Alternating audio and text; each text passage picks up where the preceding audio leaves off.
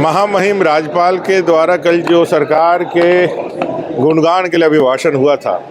उसके समर्थन में धन्यवाद प्रस्ताव सत्ता पक्ष ने लाया था, जेएमएम ने लाया था और उस पर चर्चा थी।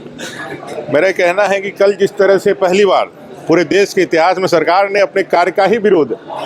किया है, अपने झूठे, चूँकि देखिए स्वाभाविक भी है क्योंकि वो जो पढ़ा रहे थे वो जानते हैं, हकीकत जानते कि वो तो उन्होंने किया नहीं था, इसलिए उसके प्रति कोई मोह या कोई माया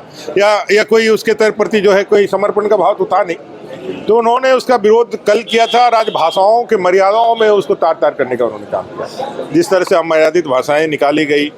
एक निर्व्यक्तिक व्यक्ति जो किसी भी प्रकार से कोई प्रतिक्रिया नहीं दे सकता है संवैधानिक मर्यादाओं के कारण, उनके ऊपर लगातार आरोप के ऊपर आरोप लगाए चलेते गए। तो मैं मानता हूं कि कुल मिलाकर के इस राज्य का दुर्भाग्य है कि सत्ता पक्ष वाले जो आज बैठे हैं पार्ट 2 बन करके, वो बड़े गर्व के साथ भ्रष्टाचार का महिमा मंडन करते हुए कहते हैं कि हम जो 4 साल के जो बलात्कार, दुष्कर्म, आदिवासियों की ज़मीनों की लूट, आदिवासी महिलाओं के साथ बलात्कार, ये दलितों के साथ बलात्कार, हत्याएं, ये सारी चीज़ों को हम कंटिन्यू में रखेंगे। इससे ज़्यादा दुर्भाग्यजनक क्या हो सकता है। और इस लिहाज से जो सरकार ने अपने जवाब के क्रम में हम लोगों ने कहा कि जो अमर्यादित भाषाएं आप लोगों ने प्रयोग करी हैं, दलित आदिवासियों के प्रति इनकी घृणा